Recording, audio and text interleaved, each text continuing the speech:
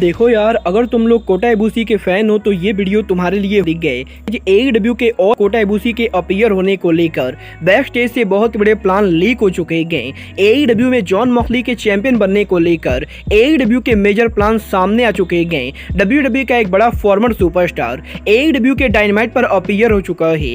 AEW में Santana Otis के return reunion को लेकर एईडब्ल्यू कंपनी ने काफी बड़ा हिंट दे दिया है।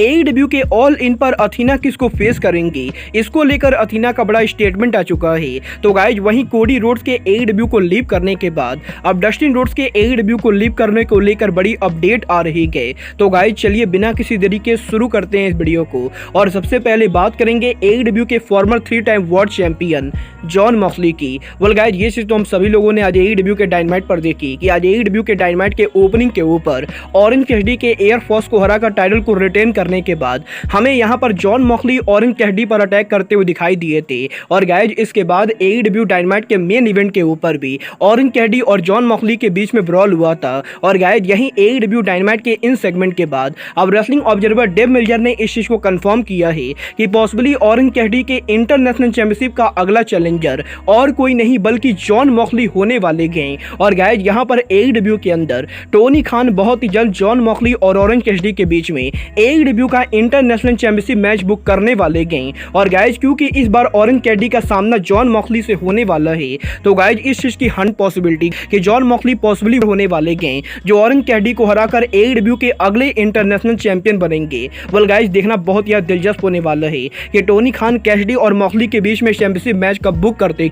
बट गाइज जहां तक बात रही टोनी खान के रेसलर्स को बुक करने की, तो गाइज इस हफ्ते एईडब्ल्यू डायनामाइट के बैक स्टेज के ऊपर टोनी खान ने डब्ल्यूडब्ल्यूई के एक फॉर्मर रेसलर को बुक किया है। जहां पर इस हफ्ते WWE superstar Scotty two Hotty AEW के बैक स्टेज एरिया पर मौजूद थे। और guys WWE legend Scotty two Hotty AEW के बैक स्टेज के ऊपर इस हफ्ते प्रोड्यूसर और कोच के तौर पर काम कर रहे थे। और गाइज यहाँ पर यह पहली बार हुआ है जब स्कॉटी टू हॉटी के डब्ल्यूडब्ल्यूई को लीव करने के बाद वो डब्ल्यूडब्ल्यूई के अलावा किसी और मेजर ऑर्गेनाइजेशन के ऊपर प्रोड्यूसर या कोच के तौर पर काम कर रहे गए। और गाइज यही डायनामाइट के बैक स्टेज के ऊपर स्कॉटी टू हॉटी के यहाँ पर प्रोड्यूसर और कोच के तौर पर काम करने के बाद अपने डब्ल्यूआई इनसाइडर ने इस चीज को कंफर्म किया है कि एईडब्ल्यू के आने वाले डायनामाइट शोज के ऊपर भी Scotty two Hotty back stage के ऊपर प्रोड्यूसर और कोच के तौर पर काम करने वाले गए। और गाइज अगर एईडब्ल्यू के मैनेजमेंट को उनका काम पसंद आता है तो गाइज वो पॉसिबली एईडब्ल्यू के अंदर परमानेंट प्रोड्यूसर का काम करेंगे। वेल गाइज देखना बहुत ही दिलचस्प होने वाला है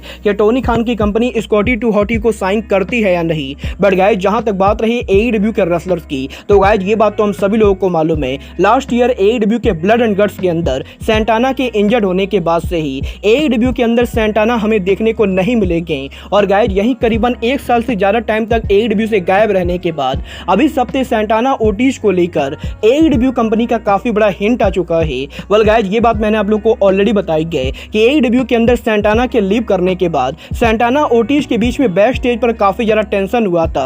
और गाइज इस चीज को लेकर भी तगड़ी रिपोर्ट आई थी कि ये दोनों रेसलर एक दूसरे के साथ काम नहीं करना चाहते गए। और गाइज इसीलिए पिछले 1 साल से एईडब्ल्यू के अंदर ओटिस यहाँ पर एडी किंगस्टन के साथ काम कर रहे थे। बट गाइज अब जबकि सैंटाना की इंजरी हील हो चुकी गई, तो गाइज यहाँ पर एईडब्ल्यू के अंदर सैंटाना ना कि उनका रिटर्न करने वाले गए बल्कि सैंटाना ओटिस के साथ पॉसिबली रियूनियन करने वाले गए। क्योंकि गाइज इस हफ्ते एईडब्ल्यू के ऑफिशियल वेबसाइट के ऊपर एईडब्ल्यू कंपनी ने सैंटाना ओटिस के प्रोफाइल को यहां पर अपडेट किया है। और गाइज यहां पर सैंटाना और ओटिस के प्रोफाइल के ऊपर एईडब्ल्यू ने इन दोनों के tag team name proud and powerful name को दोबारा से यूज किया है। और गाइज यहां पर करीबन 1 साल के बाद पहली बार एईडब्ल्यू के वेबसाइट के ऊपर सैंटाना ओटिस के नाम के सामने इन दोनों के टैग टीम का नाम शामिल है। और गाइज ये चीज बिल्कुल ही क्लियर करती गई क्योंकि अंदर अब जब भी सैंटाना उनका रिटर्न करेंगे तो गाइज वो उनके पार्टनर ओटिस के साथ रियूनियन करने वाले गए। गाइज पॉसिबली बहुत ही जल्द एईडब्ल्यू के अंदर हमें प्राउड एंड पावरफुल उनका रिटर्न करते हुए दिखाई देंगे। वेल गाइज देखना बहुत ही दिलचस्प होगा कि टोनी बार एईडब्ल्यू के अंदर प्राउड एंड पावरफुल को कैसे यूज करते गए। बट गाइज चलिए फिलहाल आगे बढ़ते हैं और बात करते हैं डस्टिन रोड्स के एईडब्ल्यू को लीव करने की।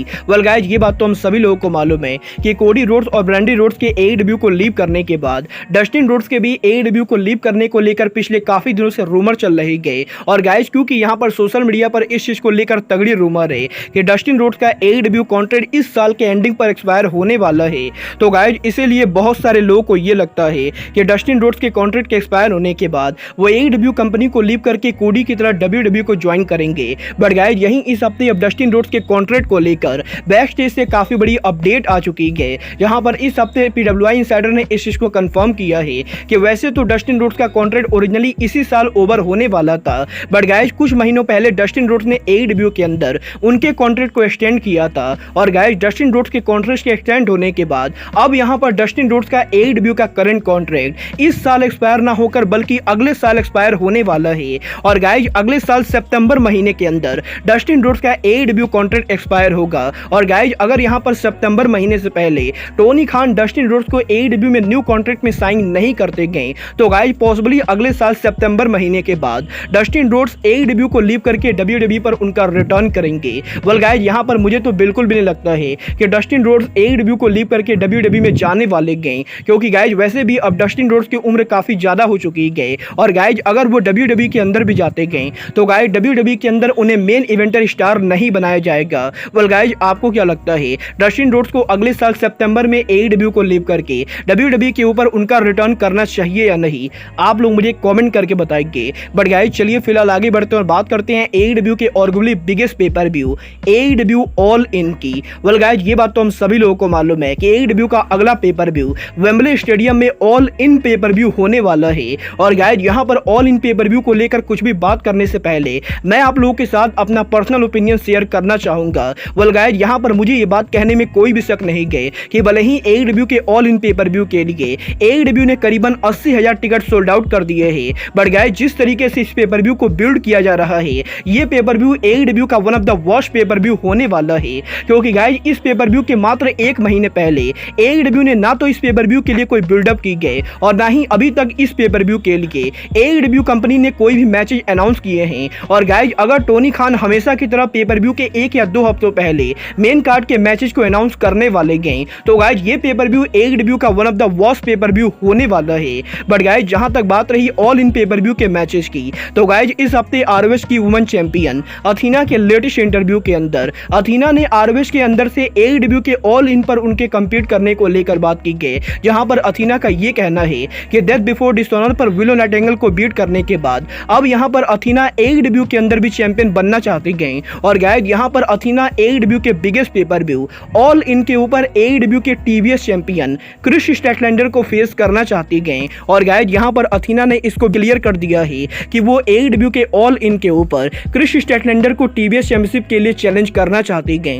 वेल गाइज देखना बहुत ही दिलचस्प होने वाला है कि अथीना के ऐसे ओपन चैलेंज के बाद टोनी खान ऑल इन पर क्रिस स्टैटलैंडर और अथीना के बीच में AEW का TBS चैंपियनशिप मैच बुक कर गाइज जहां तक बात रही ऑल इन पर टोनी खान के रेसलर और मैचेस को बुक करने की तो गाइज यहीं लास्ट वीक AEW के ब्लड एंड गट्स के ऊपर गोल्डन स्टार कोटा इबुशी के AEW में एंटिसिपेटेड डेब्यू के बाद अब कोटा इबुशी के ऑल इन पर अपीयर होने को लेकर बड़ी अपडेट आ चुकी है, जहां पर रेसलिंग ऑब्जर्वर डेव मिलर का यह दावा करना है कि ब्लड एंड गट्स पर इबुशी के AEW में डेब्यू करने के बाद अब कोटा इबुशी का AEW में अगला अपीयरेंस AEW के ऑल इन के ऊपर होने वाला है। और गाइज कोटा इबुशी पर्सनली AEW के ऑल इन के ऊपर वेम्बले स्टेडियम में रेसल करना चाहते गए। और गाइज क्योंकि यंग बस और केनी ओमेगा AEW के एग्जीक्यूटिव गए तो गाइज इस चीज की 100% पॉसिबिलिटी गए कि पॉसिबली वेम्बले स्टेडियम के अंदर ऑल इन के ऊपर टोनी खान कोटा इबुशी को कोई बड़ा मैच देने वाले गए। और गाइज AEW के ऑल इन के ऊपर कोटा इबुशी हमें वेम्बले स्टेडियम के अंदर देखने को मिलेंगे। वेल गाइज देखना बहुत ही दिलचस्प होने वाला है कि टोनी खान ऑल इन पर कोटा इबुशी को किसके खिलाफ बुक करते गए। बट गाइज आप लोग ऑल इन पर कोटा इबुशी का मैच किसके अगेंस्ट देखना चाहोगे? आप लोग मुझे कमेंट करके बताइए। बट गाइज फिलहाल के लिए अब आज के इस वीडियो में बस इतना ही। मैं मिलता हूं आपसे अपने अगले वीडियो में। बट गाइज तब तक के लिए good bye, good night and bang.